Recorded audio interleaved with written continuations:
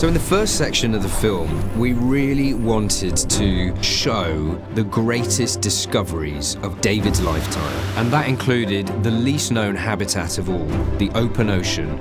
It's this network with myriad points and nodes that animals move between in search of food. We wanted to actually produce images where you felt like you were traveling with the animals. And the best chance we had of that was this incredible new contraption called the TowCam. More often than not, when we design things like this in this industry, they don't ever quite work.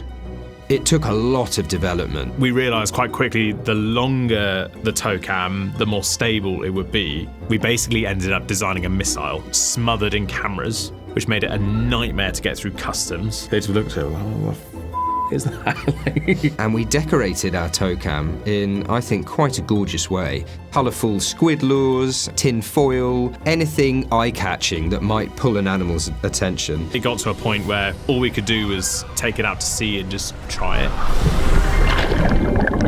Just let it swim and see what approached it. And it's just hours of emptiness, just blue water for hours and hours and hours on the footage. But then every now and again, you just see this massive surprise. You really feel like you're travelling with them like never before, and you'd get these incredible images of them moving in tandem. And often we'll just enter stage left or enter stage right, as if on cue.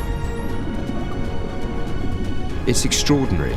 These dolphins were just obsessed with the camera. They just couldn't leave it alone. I remember one particular point when we found a group of false killer whales who were hunting a bluefin tuna. And the images that were brought up were like none of false killer whales I've ever seen before. Their eyes were straight down the barrel of the lens. I mean, it was extraordinary how close they were coming.